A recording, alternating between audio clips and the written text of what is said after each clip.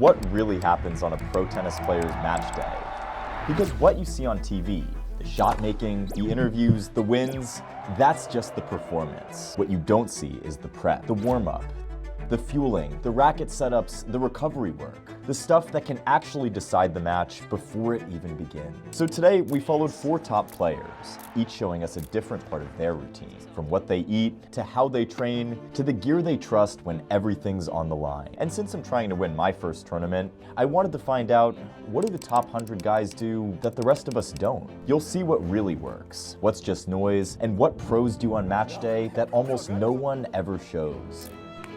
I think you need to work on your quad flexibility. Now, to see how the pros warm up, I started the day with Nuno Borges, Portugal's top player who's ranked 37 in the world and one of only 5 men to ever beat Rafa Nadal on clay. Like I told you, I'm doing this pro training. Yes. All the respect in the world, because what you're doing every single day is really freaking hard. But let's just start, like the first thing you do is mobility and warming up, and just so important to get loose before you even step on court. Yeah, that's exactly what I start the day with. Try to go through all the major joints and muscles. If I have an hour, I'll try to do some exercises specifically for rehabbing as well. You know, anything that can, potentially lead to injury or something that's a little more fragile. And then maybe a little jog right next to the court, get the body going, a little more active stuff.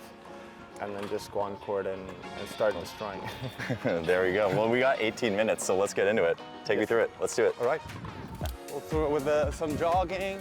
Right away, I noticed the intention behind each warm-up exercise Nuno was doing. The top pros really waste no time getting into it.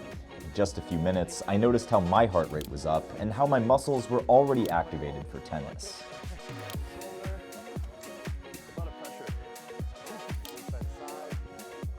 Then we did some reflex drills. Well, just toss him and you'll pass right back to me. All right.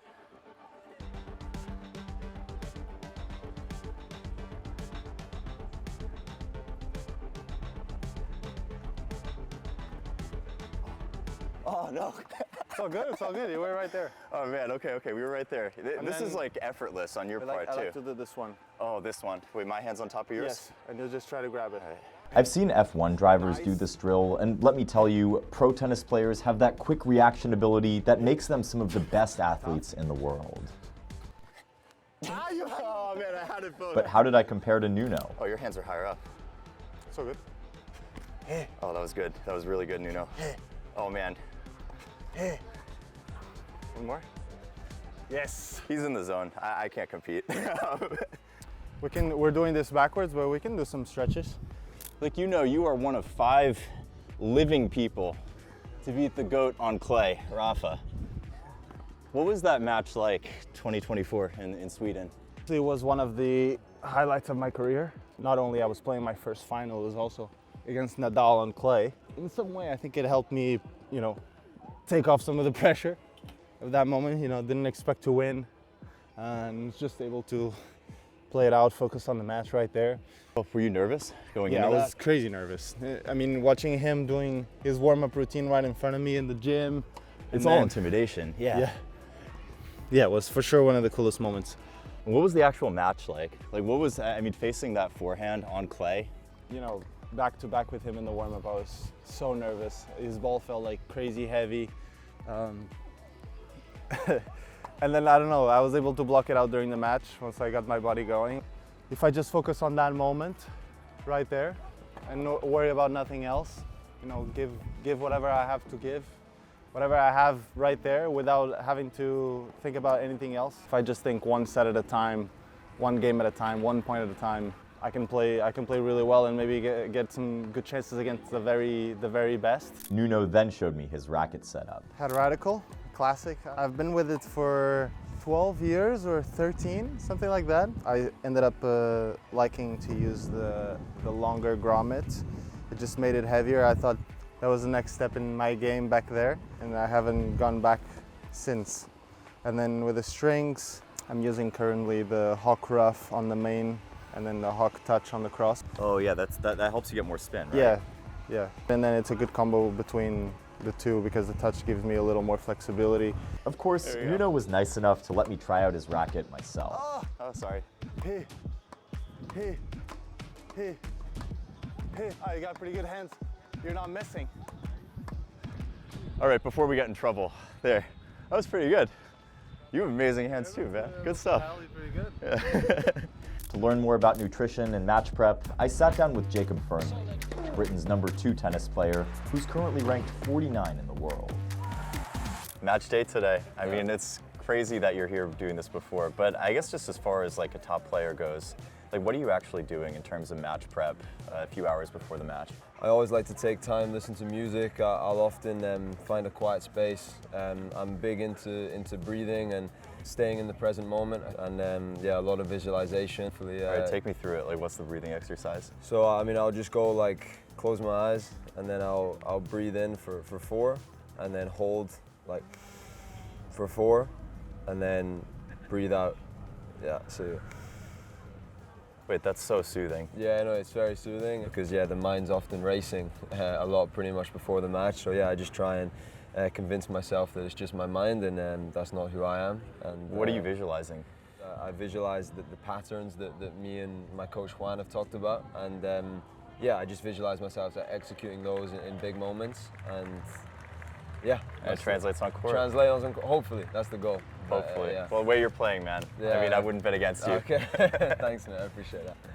Jacob then took us with him to show us what he normally eats on match days. Well, thanks for letting us come along for lunch course, and my answer the pleasure. question, what do tennis players actually eat? For me, I like to keep it pretty simple. I'll just go clean chicken breast, maybe some rice. But yeah, no, it's very simple, very clean. Before the match, I like to keep it pretty, like a clean carb, like rice, plain rice, a little bit of protein and then veg. Like keep it very simple. And yeah, just don't get everything that's gonna make me feel too bloated, really. And that's as you can see from this plate, it's not the most exciting, but today just go for this. It's what my body wants. So how does the food here at Eastbourne compare to just what you've gotten at other tournaments? Obviously some tournaments are better than others, but I don't think I've ever been to a tournament that has a bad selection of food. As you can see here, I have everything I need. The selection is incredible, and it's the same at pretty much all the tournaments you go to. Yeah. Do you ever have a cheat day? I'll have a cheat day. I do like burgers. I'll go to maybe like a Five Guys or something like that. It's always a go-to for me. When I'm in the UK, I like profiteroles. I don't know if you know yeah, the that. profiteroles. That's like so good. It's Yeah, so good. Amazing. Well, Thank good you. luck today. Thank you very much. It was honestly so cool seeing how Jacob fuels himself to perform his best on court, and the focus on nutrition is just one of those things that differentiates the top pros from the rest of us. But if you're like me and you're trying to get the most out of your game on court, then you're probably looking for a healthy meal solution that's going to get you there too.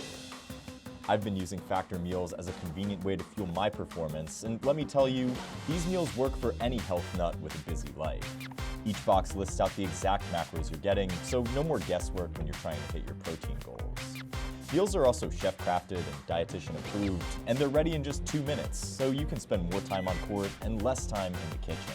So give Factor a try, and if you use my QR code on screen or in the description, you'll get 50% off your first box and free breakfast for a year. Do I have to say anything else? Anyways, back to the video. We then got to join Ugo Humbert for practice. Ugo is France's second best player, and he's a former world number 13 with 7 ATP singles titles. Safe to say, he's one of the best in the world.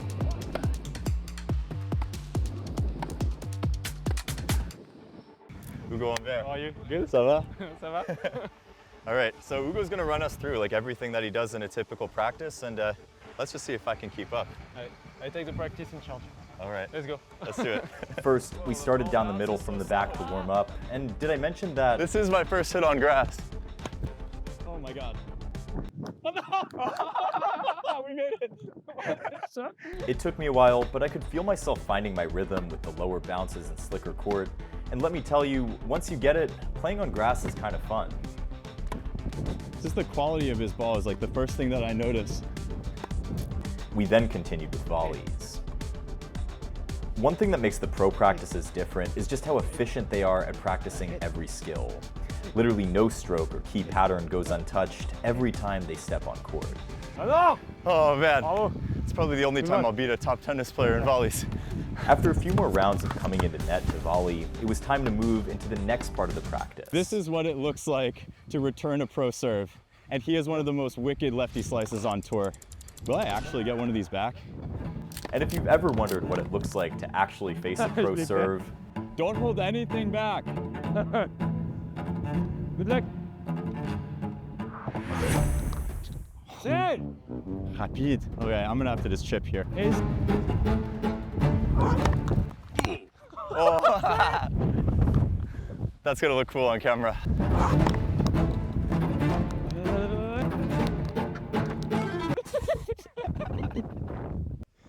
Allez, elle est belle, regarde. En plus, j'ai le vent, c'est incroyable. C'est monstrueux le service. what makes Hugo's serve so difficult to return is how well he disguises his spots. It felt like there was literally no way to read it if the ball was going tee or wide until it was basically already in the service box. He still hits it on me. Like it's impossible. It's freaking impossible. Oh non. Oh.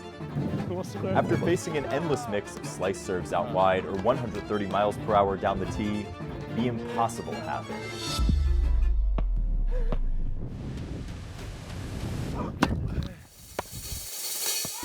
Come on, let's go.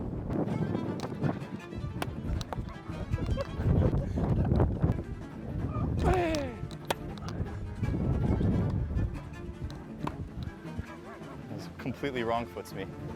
It's the easiest +1 for him. This is why you play on court and why I make videos. Thank you.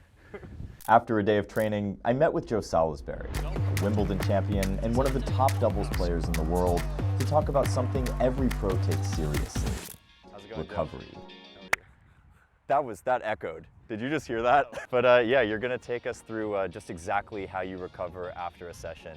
We're putting our bodies through it every day, pushing ourselves on the court and in the gym. We've got to keep ourselves as fit as possible. We're playing tournaments every week, and there's a lot of people on the tour that are into their 30s, some people even into their 40s, and yeah, your body's not feeling quite as good as it was when in your early 20s, so the recovery is even more important. I like to shower as soon as possible when I get off the court and just get the sweat off me and feel fresh, and then usually I'll have a stretch.